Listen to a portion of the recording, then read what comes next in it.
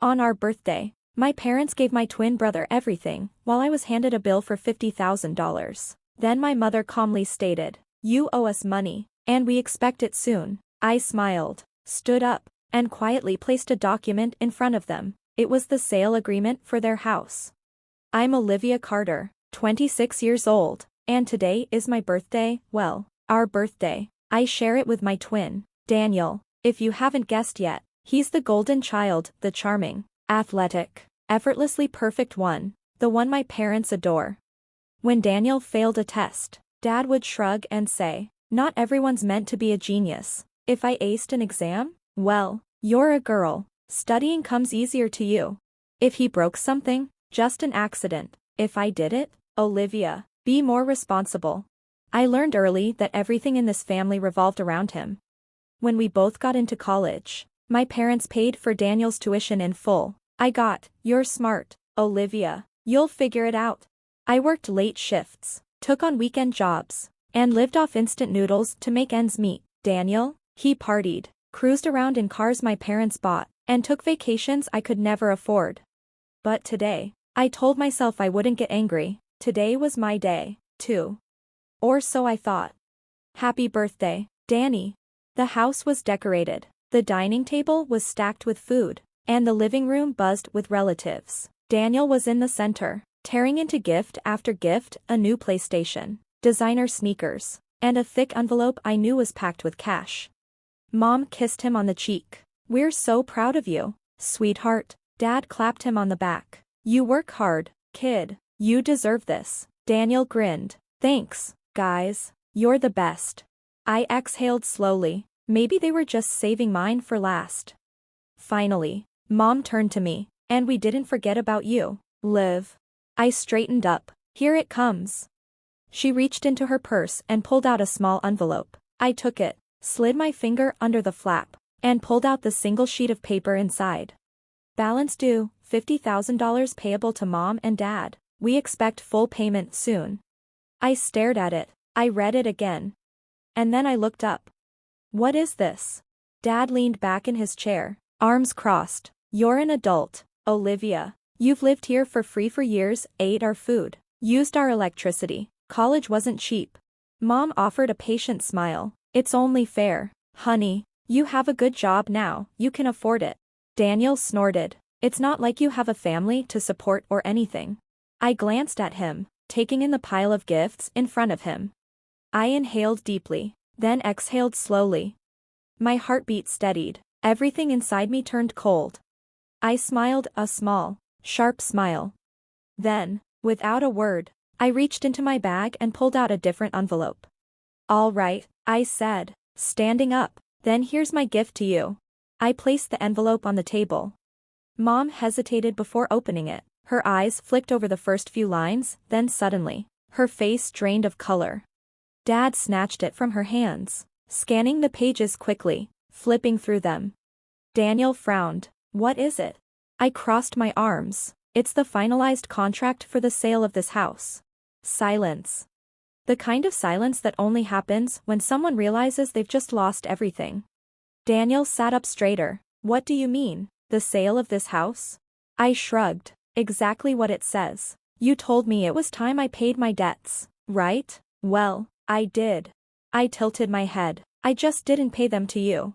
Mom's voice trembled. "Olivia, tell me this is a joke." I smiled wider. "Nope." Dad's face twisted in rage. "You can't do this." "Oh, but I can," I said sweetly. "My name is on the deed, remember? The house was put in my name for tax purposes a few years ago. You just assumed I'd never do anything about it." Daniel looked between us, realization dawning on his face. "Wait, where are we supposed to live?" I grabbed my purse, slung it over my shoulder, and headed for the door. "Not my problem." I turned back one last time, meeting my parents' stunned, panicked eyes. "Happy birthday, Daniel." And then I walked out, smiling. I didn't slam the door when I left. I didn't storm out, or scream, or throw things. I just walked. Calm, steady, purposeful. Because I won. Because, for the first time in my life, they lost. My phone buzzed in my pocket before I even made it to my car. I didn't need to check to know it was my mother. Then another buzz. And another. By the time I slid into the driver's seat, the notifications were coming non-stop. Mom, Dad, Daniel, Aunt Linda, even Grandma. I put my phone on silent and tossed it into the passenger seat. Let them panic. They had no idea how long I'd waited for this moment. How long I'd planned it. 1 year earlier. Olivia, we need you to sign. I was sitting at the kitchen table, staring at the house deed Dad had placed in front of me. It had been a normal Saturday morning, coffee, quiet, a rare moment of peace before the usual family chaos. But now I was looking at the single biggest mistake my parents had ever made. Why? I asked, keeping my voice neutral. Control. Mom sighed, as if I were being difficult. For tax purposes, honey, it'll be easier if the house is in your name. But don't worry, we'll still pay for everything. It's just a formality. A formality. A technicality. A trap. I knew better than to trust them, but I also knew that if I refused, they'd turn it into a guilt trip I couldn't win. After everything we've done for you, you can't do this one little thing? Daniel would do it in a heartbeat. So I smiled, nodded, and signed my name. And then, when they left the room, I scanned every page of that document, saved it to my personal files, and started planning. Back to now. The fallout began. It took exactly 1 hour for the first explosion. Bang bang bang. The knocks on my apartment door rattled the frame. Olivia, open this door right now. Dad. I rolled my eyes, took a slow sip of my coffee, and strolled to the door at a leisurely pace. The moment I unlocked it, Dad shoved past me like a storm, brandishing the contract like it was a death sentence, because for him, it was. What the hell is this? He barked, shaking the papers in my face. I leaned against the wall, arms crossed. That's your problem now. His face turned red. You sold our house. I tilted my head. No, I sold my house. His hands trembled. You ungrateful little. I held up a hand. Careful. You're in my home now. Try to keep it civil. He took a sharp breath, nostrils flaring. Why would you do this? I shrugged. Oh, I don't know. Maybe because my loving parents gifted my twin brother a luxury vacation on our birthday and handed me a $50,000 bill. His jaw clenched. That was different. He works hard. Deserves it. He's the pride of the family. I cut him off. Blah, blah, blah. Yeah. I know how the speech goes. Pushing off the wall, I stepped closer. You thought I'd just roll over, accept the debt, keep playing second fiddle, but surprise, this time. I flipped the script. He was breathing hard now, scrambling for control. Where are we supposed to live? I smirked. Not my problem. His finger jabbed toward me. You're going to fix this. I laughed, loud. Fix it? Oh, Dad, I didn't break anything. He opened his mouth, but I was already heading to the door. You can leave now. Oh, and take this with you. Snatching the contract from his hands, I flipped to the last page and tapped the buyer's name. His eyes scanned the letters, and his face drained of color. Marcus Patel, I said, watching realization dawn. His landlord, the same man who owned the building where Dad's business rented office space, the man who, with just one phone call from me, had eagerly purchased my childhood home at a price my parents could never afford to match. Dad's voice dropped to a whisper. Olivia, what did you do? I grinned. Oh, just made sure the house went to someone responsible, someone very interested in raising your rent next month. His eyes went wide, and for the first time in my life, I watched my father panic. 1 week later, Daniel was next. He stormed into my office like a spoiled prince, slamming his hands on my desk. You ruined my life. I didn't even look up from my laptop. You'll have to be more specific. Our house is gone. Dad's business is collapsing. Mom is losing her mind. I finally glanced at him. And how exactly is that my problem? His face twisted. How can you be so heartless? I leaned back, folding my arms. Oh, that's rich. Coming from the guy who sat there while Mom and Dad handed me an invoice for $50,000 on our birthday. He hesitated. I didn't think they'd actually expect you to pay it. I raised an eyebrow. So, not only are you selfish, but you're stupid too. His face turned red. I need help, Olivia. I smiled. So did I. Leaning forward, I lowered my voice. And you know what I got instead? Debt, guilt trips, a lifetime of being treated like a backup player in your perfect little show. He swallowed hard. Please, I don't have anywhere to go. I sighed dramatically. That sucks. His desperation bled into his voice. Olivia, we're twins. You're my sister. I tilted my head. Oh, am I? Because for the last 26 years, I was just the girl standing in your shadow. I grabbed my coat, patted his shoulder, and smiled. Good luck, Danny. Then I walked out. Because I was done being their afterthought. It was my turn to win. The next morning. The silence should have felt like victory, but with my family, silence was never surrender, it was strategy. I knew they weren't done. And right on cue, the next morning, it happened. I pulled up to my office building, barely stepping out of my car before I saw her, a mom. She stood by the entrance, arms wrapped around herself, hair messy, face pale. She looked like she hadn't slept. I didn't rush, I just sat there in my car, watching her through the windshield, letting her wait. Finally, I stepped out. She turned toward me, desperation written all over her face. Olivia, please. I met her gaze, blank and unreadable. What are you doing here? She let out a shaky breath and stepped closer. We have nowhere to go. You can't be this heartless. That house was our home.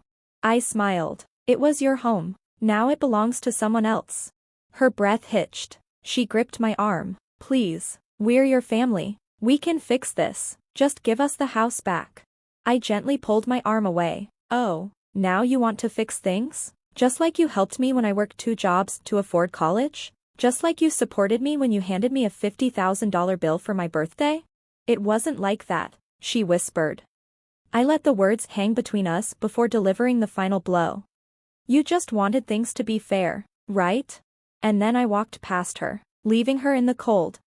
Just like they had left me. I laughed, shaking my head. Fair, I repeated, the word tasting bitter on my tongue. Was it fair when Daniel got everything handed to him while I was left to struggle? Was it fair that you never once saw me as his equal? Mom's fingers tightened around my hand, desperation clinging to her like a second skin. Your father is sick from all this stress. Daniel is depressed. We're all at our breaking point. This isn't about money anymore. Olivia, this is about family. I inhaled deeply, leaning in close, my voice barely above a whisper. Family stopped mattering the moment you decided I was just a bank account. Her lips trembled. You don't want to see us homeless, do you? I tilted my head, my voice calm and measured. That's not my problem. Then I turned and walked into my office without looking back. Daniel plays dirty. That evening, my phone pinged with a notification. Daniel had tried to transfer money from my bank account. I smirked. Here we go. He always thought I was the naive little sister, the one who wouldn't see it coming. As if I hadn't prepared for this over a year ago when I started planning. My real savings were locked away in secure accounts. Untouchable. But for fun, I left a decoy account open, just in case someone was dumb enough to try something. Daniel hadn't stolen my money. He'd stolen his own. My phone rang. I took my time answering, putting him on speaker as I skimmed through my emails. What did you do, Daniel? He shouted. I smiled. What's wrong, Danny? Where's my money? Silence. Then, pure rage. I swear, I'll make you regret this. I sighed, leaning back in my chair. Daniel, did you really think I'd leave my accounts unprotected? That's adorable. His breathing was uneven now, seething with frustration. I won't forget this. I shook my head. Neither will I, because for the first time, I'm the one winning. And then I hung up. Mom's desperation. The next morning, a text lit up my phone. Mom is in the hospital. I stared at the message, waiting for something, panic, guilt, even anger, but I felt nothing. Then another text. Please come. We made a mistake. We'll fix this. I set my phone down and went to make coffee. I didn't reply, because I wasn't their victim anymore. Watching them fall apart. 2 weeks had passed since I sold the house, since I shut the door on my mother, humiliated my father, and wiped out Daniel's savings in one calculated move. And in those 2 weeks, silence. No desperate calls, no guilt-tripping texts, nothing. At first, I thought maybe, just maybe, they had finally given up. But I should have known better. Daniel's downfall. It was a Friday afternoon when my phone rang, not an unknown number. Not my parents, but an old college friend, Marcus Patel. Yes, that Marcus Patel, the real estate investor who now owned my parents' house. Olivia, he said, amusement lacing his voice. I have to thank you for sending that deal my way. I leaned back in my chair, glad to hear it's working out for you. Oh, it is, but that's not why I called. I raised an eyebrow. Oh, your brother showed up at the house today. I sat up a little straighter. Did he? Acted like he still lived there. Walked in like he owned the place. You should have seen his face when my guys told him to get lost. I smirked. And what did he do? Marcus chuckled. Started yelling about how this was his home and we had no right to kick him out. My guys threatened to call the cops. And he left. I rolled my eyes. Classic Daniel. Oh, but it gets better, Marcus added. He's staying in some rundown motel on the edge of town. Word is, he burned through his last bit of money. A slow grin spread across my face. Daniel Carter, the golden boy, the favorite son, the one who never had to struggle a day in his life, now flat broke, living in a motel. Couldn't have happened to a more deserving person. Mom's last plea. The next day, I stopped by my favorite coffee shop, enjoying the peace of a life without my family. But peace never lasts forever. Because as soon as I stepped outside, she was there, Mom. She looked worse than before, hair unbrushed, dark circles under her eyes, clothes wrinkled, but it was her expression that caught my attention. She wasn't angry, she wasn't furious, she was pleading. Olivia, please, just hear me out. I sighed but didn't walk away. What do you want, Mom? She swallowed hard. Your father, he's not well. He's barely eating, barely sleeping, everything is falling apart, we need help. I tilted my head. You mean you need money? She flinched but didn't deny it. Just a little, just enough to get back on our feet. I crossed my arms. Back on your feet? Mom, you spent years stepping on me to lift Daniel up. Where was this concern for me when I was struggling? We were trying our best, she insisted. I scoffed. No, you weren't. You just thought I'd never fight back. She wiped at her eyes. I'm begging you, Olivia, we have nothing left. I took a deep breath. For a second, just a second, I almost felt bad. Then I remembered every single time they ignored me, every time they told me I wasn't good enough, every time they made me feel like I was just less. And just like that, the guilt disappeared. Not my problem. I turned and walked away. And this time, she didn't follow me. Dad's collapse. A week passed. I didn't think about my family at all. Not until the news broke.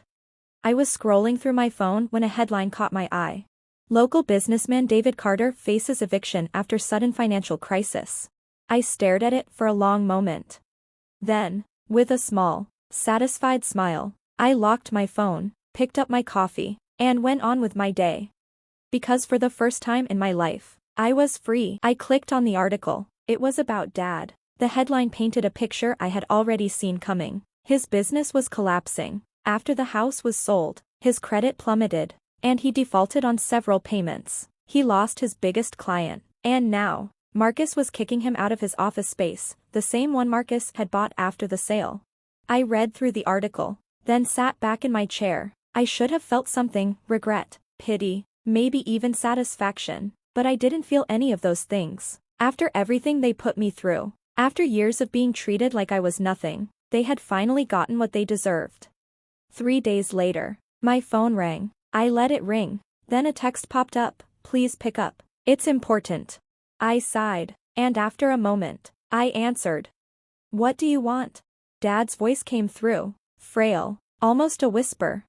Olivia, I know we've made mistakes, but your mother and I are losing everything. We need your help. I stayed silent. Please, sweetheart, we're still your parents. I closed my eyes, took a slow breath, then hung up. No words, no second chances, no mercy. For the first time, I wasn't their victim anymore.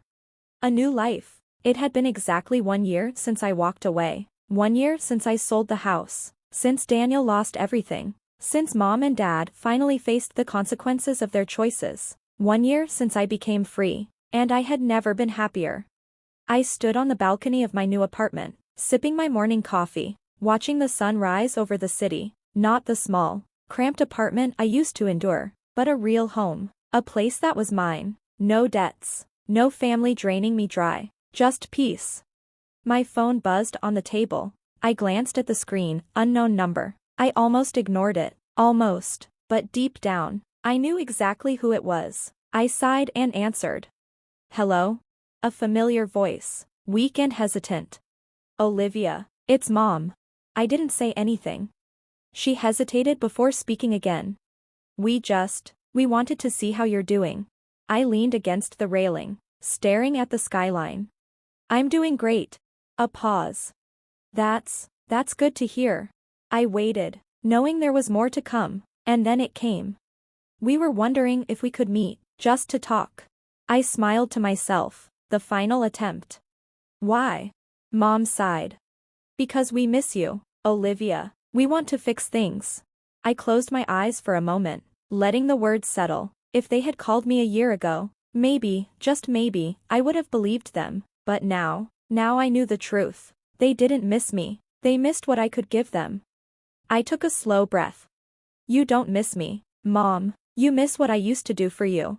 That's not true. We love you. I let out a quiet laugh. You loved what I could provide. The moment I stopped being useful, I stopped being your daughter. Olivia, please. I cut her off. Do you even feel bad about what you did? Do you feel guilty for treating me like a second-class citizen in my own family? Or are you just upset that I finally fought back? Silence. That told me everything I needed to know. Goodbye, Mom. I ended the call, then blocked the number, forever. The final message. A week later, an email landed in my inbox from Daniel. I almost deleted it without reading, but curiosity won. The subject line, I'm sorry. I opened it.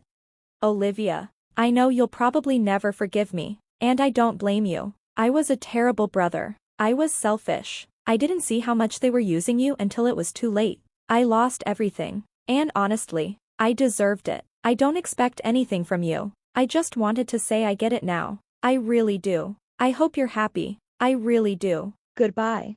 I stared at the screen for a long time. Daniel had never apologized for anything in his life, but did I believe him? I wasn't sure. I hovered over the reply button, then closed the email and deleted it. The final goodbye. That night, I stood on the rooftop of my building, looking out at the glowing city skyline. For the first time in my life, I was truly, completely free. No more guilt, no more obligations, no more family weighing me down. And as I stood there, breathing in the cool night air, I made a silent promise to myself. I would never let anyone take advantage of me again. And with that thought, I turned, walked back inside, and never looked back. Final update, responding to Reddit comments. You have questions? I have answers. Comment 1, this is fake. No way parents would be this cruel. You must have great parents. I didn't. Just because your family isn't like this doesn't mean others aren't. Comment 2, why didn't you just say no? Selling the house was extreme. If I had just refused, they would have harassed me for years. Instead, I ended it in one move. Problem solved. Comment 3, you let them become homeless? That's cold. They weren't homeless. I sold my house, the one in my name. They had plenty of chances to fix things before it got to that point. Comment 4, Daniel's apology seemed sincere. Why didn't you reply? Because he only cared after he lost everything. He laughed when they handed me that bill. Too little, too late. Comment 5, you're an inspiration. I wish I had your courage. Thank you. If your family treats you like a resource, not a person, you have every right to walk away. You deserve better. Comment 6, what happened to them in the end? Mom and Dad rent a small apartment now. Dad's business failed. Daniel jumps between jobs. Me? I'm thriving. Comment 7, would you ever forgive them? I don't hate them. I just don't want them in my life. Forgiveness for me is moving forward without them. Final thoughts. To those who supported me, thank you. To those who judged me, that's fine too. At the end of the day, I won, and I wouldn't change a thing.